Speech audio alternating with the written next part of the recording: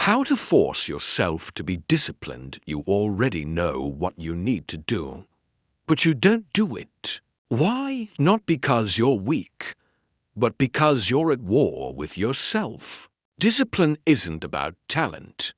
It's not about motivation. It's about choosing pain over comfort, sacrifice over excuses, and vision over emotions. This audiobook is not here to make you feel good. It's here to make you move, to make you act, to make you force yourself into the person you were born to be. If you're tired of letting yourself down, this is for you. Let's begin. 1. Face the lie. You think you need to feel like it. You don't have a discipline problem. You have a truth problem. And the truth is this: you've been waiting to feel like it, waiting for some invisible wave of motivation to carry you out of bed, to pull you through your workouts, to push you toward your goals. You've been waiting for the mood to strike, but it doesn't. It won't. And if it ever does, it never lasts. Because motivation is a spark, not a fire. It flashes once, and then it's gone. And if your entire future is built on the hope that one day you'll feel ready, then you've already lost. You need to understand this at a cellular level. Feeling like it is a luxury. Discipline is a necessity. You don't rise when you're ready. You rise when you decide that excuses no longer get a vote. The world is full of talented, capable, intelligent people who never do anything because they're still waiting to be in the right state of mind. Meanwhile, the people who change the world, the ones who rise, build, achieve, and endure, are the ones who act, despite how they feel. Not because of it. Think about all the times you said, "I'll do it tomorrow. I'll start on Monday. I'm just not in the right headspace." Those aren't reasons. They're lies your comfort is whispering in your ear. Lies dressed up as logic. And every time you choose them, you make your future smaller. You give more power to your lesser self. You give more control to fear, to laziness, to doubt. And then you wonder why you feel stuck. The problem is, you're using emotion as a compass, but your emotions are not qualified to lead you. They change with your sleep, your stress, your surroundings. One bad morning and suddenly you're off course. That's why discipline is more than just action. It's the decision to act without negotiation, to move even when the inner voice says, "Not today," because that voice is lying to you every time. You won't always want to get up early. You won't always want to eat clean. You won't always want to work, train, study, or stay focused. That's normal. That's human. But if you only act when you feel like it, you will never become anything more than what you are right now. Growth demands resistance. Progress requires pressure. And discipline means standing up to the weakness inside you and saying, "You don't get to decide." The truth is, the people you admire, the ones who seem laser-focused, the ones you call disciplined, they feel the same resistance you do. They have the same doubts, the same temptations, the same cravings for comfort. But they've made one core decision: to stop giving their feelings authority over their future. They understand something you must learn: you are not your emotions. You are your decisions. When you start realizing that you don't need to feel like it to do it, you become dangerous. Because now, you've separated yourself from the crowd. Now, you've taken your power back. Now, you're not waiting, you're working. You're not hoping, you're building. You're not depending on some magical mood swing to push you forward. You're creating your own momentum by showing up anyway. You've been taught that discipline is about being tough. It's not. It's about being honest. Honest enough to admit that your mind is constantly trying to negotiate your potential down to the level of your comfort.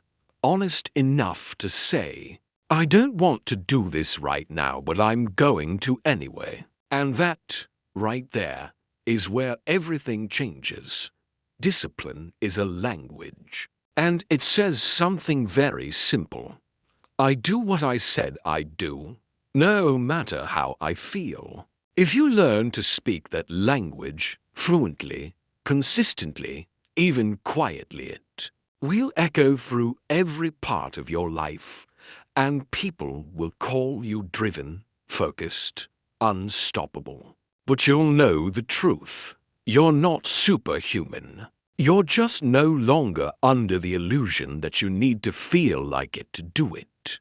The war inside, comfort versus conviction. Every day you wake up, you step into a battlefield. But it's not out there, it's not your job, your environment, or even the people around you. The battlefield is inside your own mind. A silent war between two versions of you, the one who wants comfort and the one who wants greatness. And the terrifying truth is that only one of them walks away from each day stronger. Only one of them survives. Every decision, every hesitation, every time you choose the easy path over the hard one, you're feeding one of them and starving the other. Comfort is seductive. It whispers promises of safety, ease, rest, pleasure. It tells you to hit snooze, to skip the workout, to wait one more day before starting. It tells you it's okay to take a break even when you haven't earned it. Comfort wants you calm, quiet, numb, still. It doesn't care about your goals. It doesn't care about your growth. Comfort wants you soft, because soft people are easy to control. And that's the part no one tells you. The more you listen to comfort, the less control you have over your life. Conviction, on the other hand, is the voice inside you that knows what you're capable of. It's the part of you that remembers your vision when you want to quit. It's the part that gets louder when you face resistance. Conviction doesn't beg for attention like comfort does. It stands quietly, waiting for you to choose it. But it is always there, watching, hoping. Conviction is the warrior inside you that believes you were built for more than this. More than your excuses, more than your fears, more than your patterns. But here's the thing. Conviction isn't comfortable. It demands effort. It calls you to move when you're tired, to keep going when you've failed, to sacrifice what's easy in exchange for what's meaningful. It requires you to give up the short term for the long term. It makes you bleed, sweat, struggle, and stretch. And that's why so many people never live with conviction. Not because they aren't capable, but because they aren't willing to fight. Understand this. You are not born disciplined. No one is. You are trained in battle one decision at a time, and each decision is a weapon, either given to comfort or given to conviction. Every moment you choose to act when it's hard, when it's boring, when it's painful, you train your mind to obey a higher standard. And every time you avoid the hard thing, you reinforce the lie that you're not strong enough. Discipline is not about killing comfort completely, it's about knowing which voice to serve. There will always be part of you that wants to quit. That voice never leaves. But it gets quieter every time you choose conviction. Every time you move forward when it hurts. Every time you refuse to negotiate with weakness, discipline is forged. In those exact moments when quitting feels most justified but you keep going anyway. And here's what they won't teach you in school or motivational seminars. Discipline is emotional warfare. It's not about systems or planners or productivity hacks. It's about confronting the voice inside that tells you to shrink and refusing to obey it. It's about waking up and realizing that you are your own enemy and your own solution. No one is coming to save you from yourself. No one is coming to drag you out of bed. No one is coming to force you to train, to study, to build, to execute. You are the one. You always have been. The war between comfort and conviction is not something you win once. It's something you fight every single day. And the people who become unstoppable, unshakable, unbreakable, they are not immune to that war. They just got tired of losing. They got tired of living below their potential. They got tired of their own excuses. And one day, they chose conviction not because it was easy, but because it was the only way forward. Create a no matter what standard if you want to change your life. Stop trying to be disciplined most of the time. Stop thinking that doing the right thing 80% of the time is good enough. It's not. That gap between what you know you should do and what you actually do is where your confidence dies. It's where your potential suffocates. It's where regret grows. And the only way to kill that gap is to raise your standards so high that they don't depend on how you feel, what's happening around you, or who's watching. You need a standard that says, I do this no matter what. That phrase, no matter what, is not just motivational fluff. It is the dividing line between the person who gets results and the person who just keeps getting ready. It's the mindset that says, I train even if I'm tired. I show up even if it's inconvenient. I execute the plan even if I don't feel like it. I don't lower the bar just because life gets heavy, because life will get heavy. There will be days when everything inside you screams for comfort. There will be weeks when nothing seems to go your way. There will be seasons where progress feels invisible. But discipline doesn't make room for that. Discipline says, I don't break my word to myself. You can't build a strong life on weak commitments. Too many people make promises to themselves when they're inspired, only to abandon them the moment reality gets uncomfortable. That's not a standard, that's a mood. And moods are fragile. They change with the weather. They crumble under pressure. If you want to live differently, you need to harden your expectations. Not just what you want, but what you tolerate from yourself. Time is a lie you tell yourself. I don't have time. How many times have you said those words? How many times have you used them to justify skipping the gym, avoiding the work, postponing your goals, walking away from what you know you're supposed to do?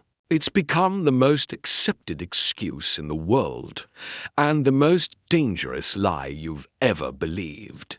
Not because it's convincing, but because it feels true. That's what makes it so effective. That's what makes it so destructive. But let's rip the mask off. Time has never been your problem. The problem is your priorities. The problem is your attention. The problem is what you've allowed to sit at the center of your life. You say you don't have time to work on your dream, but you scroll your phone like your life depends on it. You say you're too busy to meal prep, to read, to meditate, to train, yet you know every plot line of every show you've binged. You've memorized entertainment, but forgotten your mission. Let's be brutally honest. Time is not something you find. It's something you take. You claim it. You protect it like your future depends on it, because it does. You don't get more time when your schedule clears. You get more time when you stop handing it to things that don't build you. People who become disciplined aren't the ones who have the most free hours in the day. They're the ones who decide what gets their hours. They're ruthless about what stays and what gets cut. Because when you say, "I don't have time," what you're really saying is, "That's not important enough to me." And that's fine until it's not. Until your health collapses. Until your relationships fall apart. Until the dream you keep pushing aside finally dies from neglect. You see, life doesn't wait for your schedule to open up. Life rewards those who move despite the chaos, despite the pressure, despite the noise. The disciplined know this. There is no perfect time. There is only now. And if you're still waiting for the stars to align before you take action, you will never start. Life will always be messy. You'll always be tired. There will always be too much to do. But discipline means you carve out time. Anyway, not because it's easy, but because it matters. You wake up earlier. You say no more often. You cancel the things that drain you. You stop trying to be available to everyone and everything. Because you've made a decision. Your life is no longer for sale to distractions. You want to be disciplined? Start by auditing your time like it's money, because it is. It's a currency that only moves in one direction. Once it's spent, you don't get it back. And every second you spend chasing dopamine, avoiding the work, or escaping the pressure, you're going into debt with your future. There's a cost to your choices. You just haven't felt the full weight of the bill yet. But it's coming. It always comes. The truth is, you make time for what you believe is important. And if you don't make time to build the life you want, you'll be forced to spend time living a life you never asked for. Time is not the enemy. Time is the test. It's asking you every day, what will you choose now? And your answer, what you do with the next hour, the next morning, the next week, that becomes your reality. Discipline is about living like time matters. Like your time matters. Like it's not infinite. Because it's not. Every second that passes is a second closer to the end of your story. And you can either keep telling yourself the lie that you're too busy to change, or you can finally face the truth. You have time. You've always had time. You've just been giving it to the wrong things. The discipline of one. Cut the noise. You're not tired because you're doing too much. You're tired because you're doing too much of the wrong things. Too many priorities. Too many tabs open. Too many voices in your ear. Too many goals that pull you in different directions. You're not overwhelmed because you're weak. You're overwhelmed because you're scattered. You don't have a discipline problem. You have a focus problem. And if you don't fix it, your energy will keep bleeding into everything and building nothing. There's a lie you've been sold, that you need to be everything, do everything, pursue everything all at once. That if you're not juggling 5 different projects, you're falling behind. But what if the truth is the opposite? What if discipline real? Ironclad discipline is not about how much you can carry, but about what you can let go of. The strongest people are not those who can endure the most chaos. The strongest people are those who can quiet the chaos, eliminate the noise, and give everything they've got to one thing at a time. You want power? Stop dividing your focus. Stop chasing 10 things halfway and start finishing one thing with everything you have. Because until you learn to master one, you'll never master anything. There is no such thing as balanced chaos. Your brain was not built to chase multiple dreams, flip between 5 different goals, or say yes to every opportunity that knocks. Focus is your fuel, and when you spread it too thin, you starve your progress. Every time you get distracted by a new idea, every time you chase the next shiny thing, every time you say yes to something that doesn't align with your core vision, you're not just wasting time, you're sacrificing momentum. Discipline means looking at all the good things you could do and having the courage to say no to 99% of them. Because there's only one life, only one body, only one brain, and you can't multiply your results by multiplying your efforts in 100 directions. Think of a laser. A laser is just light-focused. It's not more powerful than regular light.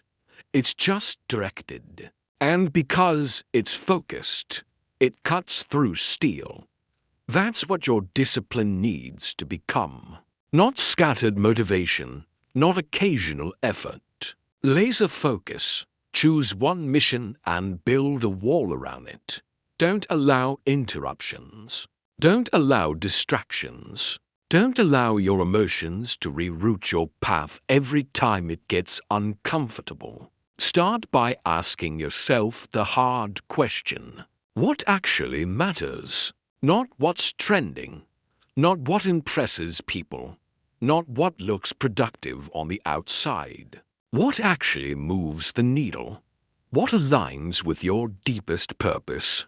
What's the one thing that, if you did it with total focus and total intensity, would change your life in the next 6 months? Once you know the answer, protect it like your future depends on it.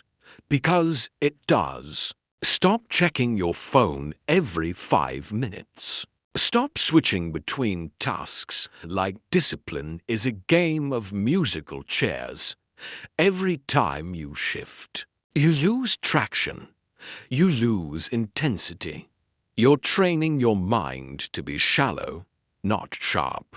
You're teaching yourself to be busy, not effective. And if you're always distracted, you'll never go deep enough to become excellent at anything. This is why most people stay average, not because they lack drive, but because they lack direction. They burn out not from the weight of hard work, but from the friction of constantly shifting gears. If you want to live a disciplined life, you have to eliminate options, not because you're limiting yourself, but because you're choosing to concentrate your power. Freedom doesn't come from doing more. It comes from doing less, but doing it at a level no one else is willing to reach. If you want to, build discipline that lasts. Learn the discipline of one. One goal, one path, one focus. Not forever, but for long enough to master something real. Because once you've proven to yourself that you can go all in, you become someone you can trust. And that is where true discipline begins, not in doing everything, but in doing the right thing with everything you've got. Make discipline your identity. Discipline isn't just something you do. It's something you become. That's the shift most people never make. They treat discipline like a tool, something they pick up when they feel inspired, something they use when it's convenient, and something they drop when it gets hard. But if you only do discipline, you'll always fall back into old habits when life hits you. If you want to be unshakable, you must become the kind of person who lives with discipline as a core identity, not a mood, not a strategy, but a standard, embedded into who you are. Because here's the truth. People always act in alignment with who they believe they are. Always. That means if you believe you're lazy, undisciplined, inconsistent, or weak, then even when you try to push yourself, you'll eventually sabotage your progress to stay consistent with your self-image. That's not failure, that's identity doing its job. Your actions always follow your beliefs. So if you want to live differently, you have to start thinking differently about yourself. Ask yourself this: who are you when no one's watching? What story do you silently believe about yourself every day? Do you see yourself as someone who shows up, even when it's hard? Or do you see yourself as someone who quits when it's inconvenient? Because until you rewrite that internal narrative, discipline will always feel like a mask you're wearing, not the skin you're living in. It'll feel like a costume instead of a calling. The disciplined don't rely on willpower to get through life. They rely on identity. They don't say, "I'll try to eat clean." They say, "I am someone who fuels their body with intention." They don't say, "I hope I stay consistent with the gym." They say, "I am an athlete. This is what I do." It becomes automatic, natural. Not because it's easy, but because it's who they are. And when your identity shifts, your habits follow. So how do you make discipline part of your identity? You start small. You keep promises to yourself. You set a standard and don't negotiate with it. Each time you do what you said you would do. You build trust. And trust is the foundation of identity. If you say you're going to wake up early and you do, you reinforce the belief, "I am someone who follows through." If you say you're going to train and you do, it reinforces, "I am someone who finishes what they start." Over time, that repetition reshapes your mental blueprint. You go from trying to be disciplined to simply being someone who is. But it takes more than behavior. It takes language. Start speaking to yourself like the person you want to become. Stop saying, "I'm not good at staying consistent." Stop labeling yourself with words that lock you into your past. You are not your habits, you are what you choose to become. And every word you say, even silently in your head, reinforces that choice. So speak with power, speak with clarity, speak like someone who has already decided. And most importantly, act like it's already true. Even when it feels fake, even when it feels uncomfortable. That's the bridge between who you are and who you want to be. Behavior in the face of discomfort. You won't feel like the disciplined version of yourself right away, but act like them anyway. Do what they would do. Wake up when they would. Work how they would. Show up like they would. And soon, it won't be something you're pretending.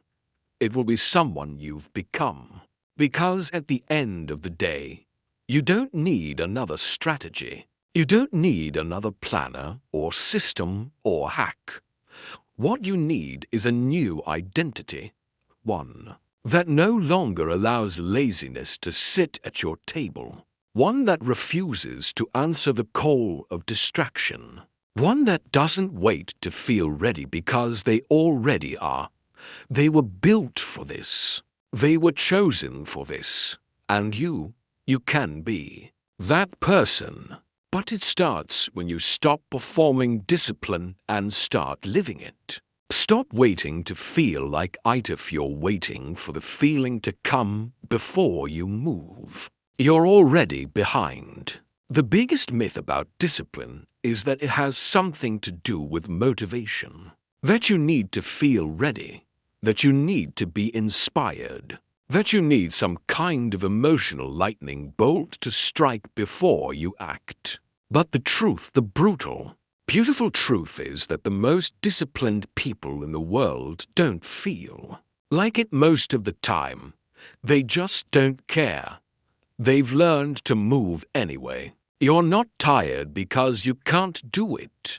You're tired because you're negotiating with your emotions every single day. You wake up and ask yourself questions like, do I feel like going to the gym? Do I feel like working today?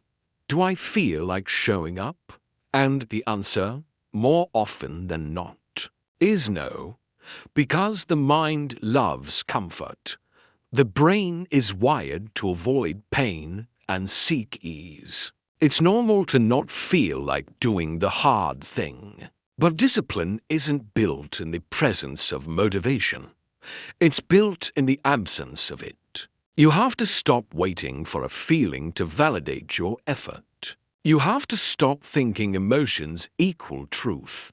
They don't. Your emotions will lie to you. They'll tell you you're too tired when you're just uncommitted. They'll tell you you've done enough when you've barely scratched the surface. They'll convince you to delay, to pause, to rest not because you need it, but because it's easier. That's the trap. And if you don't learn to override that emotional autopilot, you will live your entire life below your potential. So, how do you stop waiting to feel like it? You decide that feelings are data, not commands. They're signals, not stop signs. You acknowledge them, you feel the resistance, the discomfort, the laziness, but you don't obey them. You act in spite of them. That's the difference between average and elite, not talent, not time, but the ability to move forward without needing emotional permission. The disciplined don't ask, "Do I want to?" They ask, "What must be done?" And then they do it tired, bored, uninspired, uncomfortable. Because the goal doesn't care how you feel. The life you want doesn't respond to your mood. It responds to your execution. And every time you act when you don't feel like it, you take back control from the weaker parts of you. You reclaim your power from the lazy version of you. And with every rep, every step, every hard decision, you reinforce one critical truth. You are not ruled by how you feel. And there's something else you need to understand. The feeling you're waiting for. It doesn't come before the work. It comes after. You don't feel motivated first and then act. You act and then, sometimes, motivation shows up as a reward. But even if it doesn't, you still move, because the goal is bigger than your comfort. The dream is louder than your excuse, and your word to yourself, that's sacred. This mindset, this ability to act without feeling like it is what separates the disciplined from the distracted. Because anyone can do the right thing when it's easy, when they're in the mood, when the sun's out and the music's on, and they're well rested and the caffeine kicks in. But that's not discipline.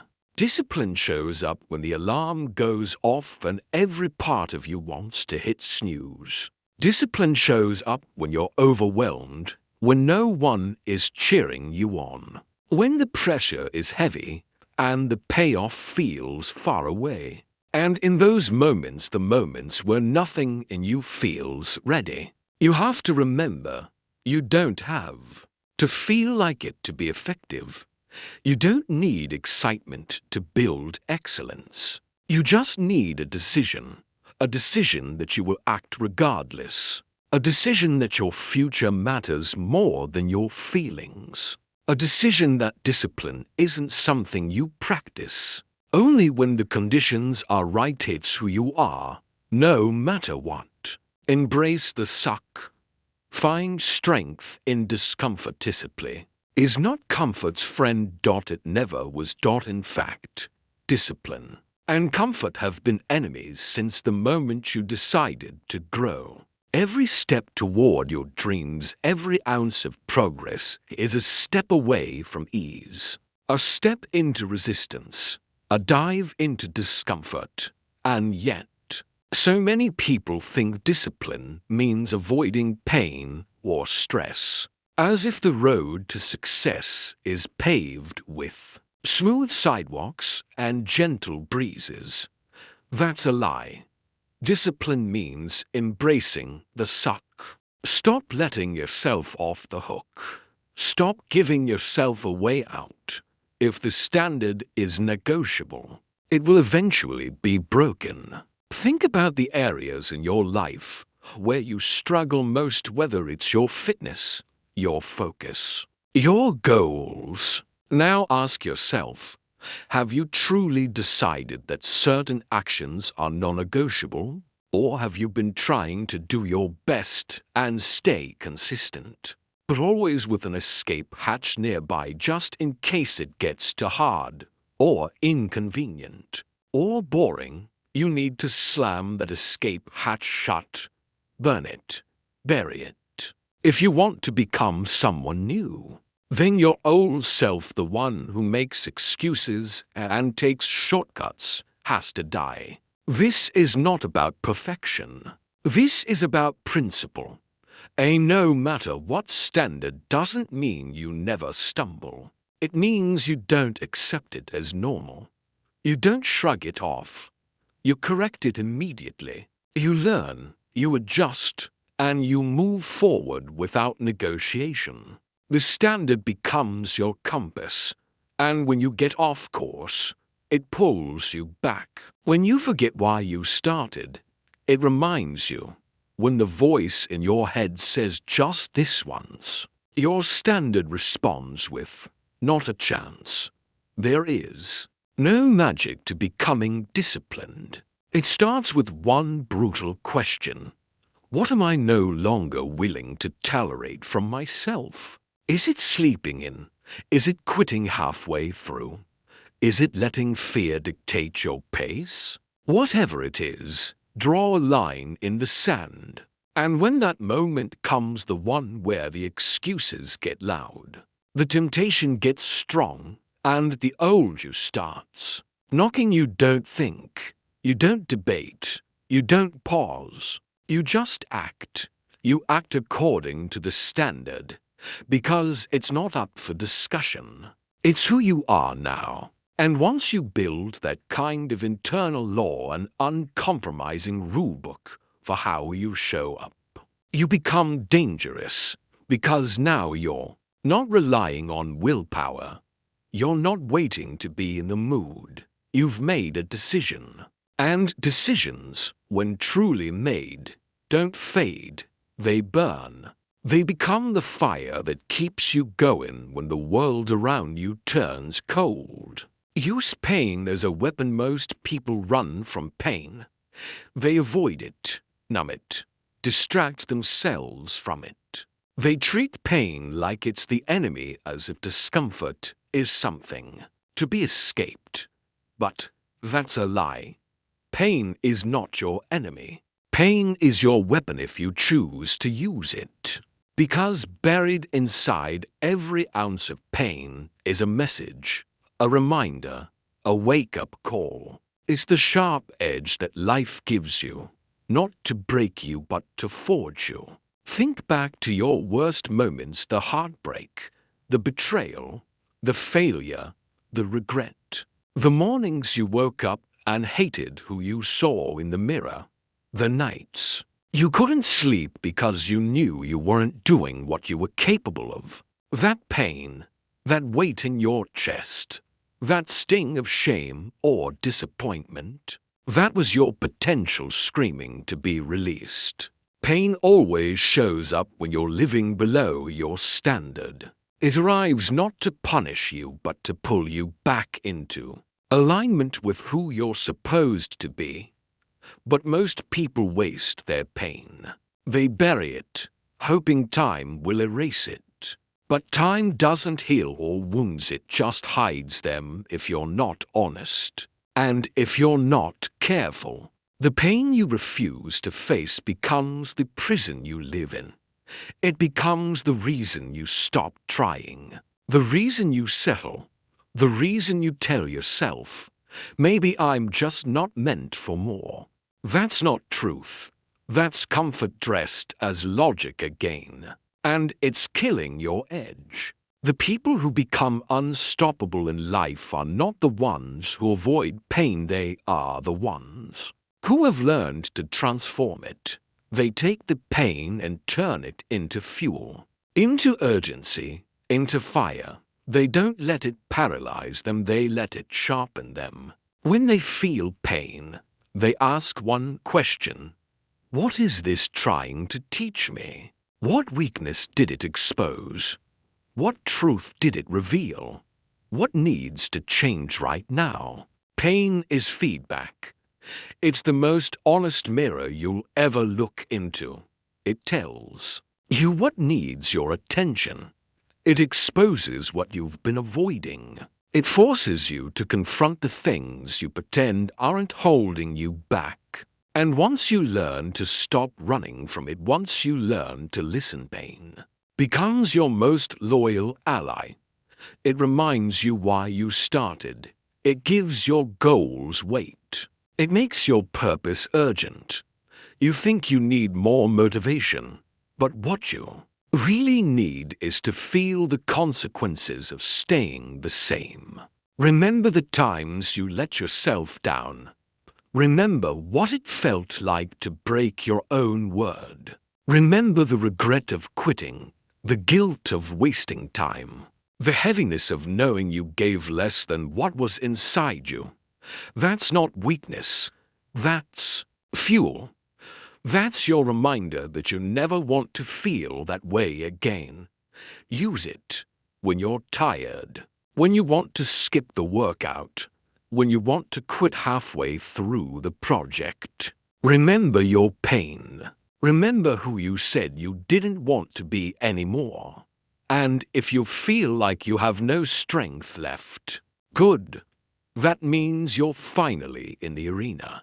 Because discipline begins when the motivation runs out and only the pain is left. That's when you choose to keep going, not because it feels good, but because it matters. And here's the truth no one likes to admit. Comfort never changed anyone. Growth never came from ease. Every version of you that's stronger, wiser, sharper, more focused, it's all been born out of pain. Every scar carries a lesson. Every struggle carries wisdom. But only if you're willing to lean into it instead of hiding from it. There will be days when life hurts. Use those days. Don't waste them. Don't numb them. Don't wish them away. Because if you learn to stop running and start fighting, the very thing that once broke you will become the thing that builds you. Build friction against your weakness. You don't rise to the level of your goals. You fall to the level of your systems. Everyone wants to be disciplined. But most people build lives that make discipline nearly impossible. They keep their triggers close, their distractions ready, and their temptations within arm's reach then. Wonder why they keep slipping back into the same old habits. It's not always about willpower. Sometimes it's just poor design. And if you want to become someone who lives with discipline, you need to stop relying on strength alone and start making weakness harder to access. You need to build friction not against your goals, but against your vices. Right now, most people have it reversed. The junk food is easy. The social media is easy. The escape is easy. But the training, the focus, the hard work, that takes effort. That takes a fight every day. And eventually your brain will take the path of least resistance, not because you're lazy, but because your environment was designed to make the wrong things easy and the right things hard. So you need to flip the script. If your weakness is easily available, make it harder to reach. Make it annoying. Make it inconvenient. Remove it from your line of sight. Bury it under steps and systems and choices. If you waste your mornings scrolling through your phone, don't. Just tell yourself to stop. Physically remove the phone from the bedroom. Charge it in another room. Set a rule. You don't touch it until your real work is done. If you eat garbage when you're stressed, don't rely on willpower to say no. Don't even let it in the house. What you allow in your space becomes what you eventually allow in your habits. The goal is to make the wrong choices feel like friction, the same way you'd feel resistance trying to run through water. Your environment should make it difficult to fall back into the traps that steal your time, your energy, your future. Because here's the truth. Discipline isn't just about saying yes to the right thing. It's about building a life where the wrong thing loses its grip. And just as you create friction against weakness, you need to create momentum around strength. Make the good habits easier to begin. If you want to train every morning, lay your clothes out the night before.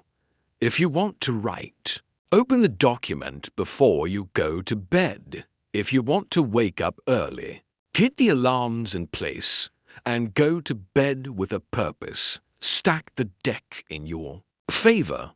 Remove as many steps between you and your target behavior as possible, so that when you wake up in the morning, discipline isn't a mountain, it's the next step right in front of you.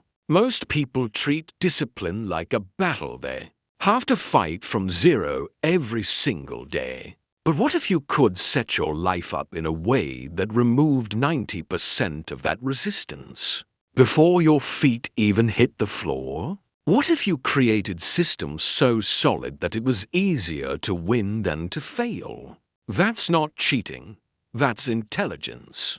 That's strategy. That's building a lifestyle around your values instead of building excuses around your comfort. You're not supposed to white-knuckle your way through every single decision. That's a losing game. Eventually, you'll give in. That's human. But what's also human is creativity, intention, awareness. You have the power to redesign your world. Start small if you have to, but start. Audit your space, audit your routines, audit your time. Remove what weakens you. Multiply what strengthens you. Because here's the truth. You're not undisciplined, you're unarmed. You've been going into battle every day against distraction, comfort, and weakness with no shield and no sword.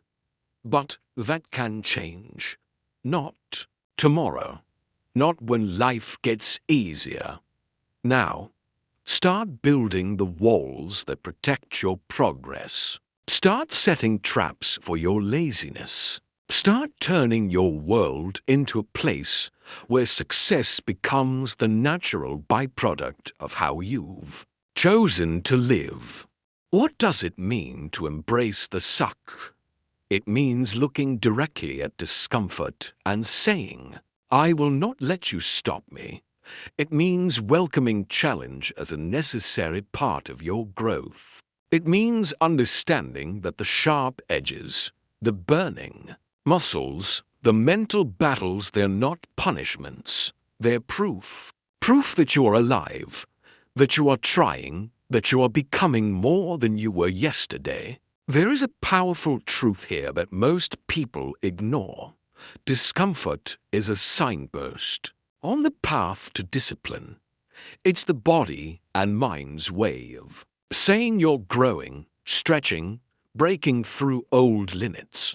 If it doesn't hurt, if it doesn't challenge you, if it doesn't make you question your own strength, then you're probably not pushing hard enough. Real discipline doesn't happen in your comfort zone. It happens in the trenches. When everything inside you screams to quit, but you refuse to listen. Imagine an athlete training for years, running miles every day while their legs ache. Their lungs burn. Their mind wants to give up. They don't quit because they enjoy pain. They don't stay disciplined because it feels good. They stay disciplined because they've decided that the goal, the dream, the vision is worth the struggle. They embrace the suck because they know that every moment of discomfort is an investment in their future strength. You can do the same. You can decide that the moments when you feel weak, tired, and frustrated are your greatest opportunities. They're the moments where discipline is forged not in the easy victories, but in the hard battles no one sees. Because the world rewards those who endure when others fold, those who persist when others rest, those who embrace the suck when others flee. But here's the catch. Embracing the suck doesn't mean you become a martyr.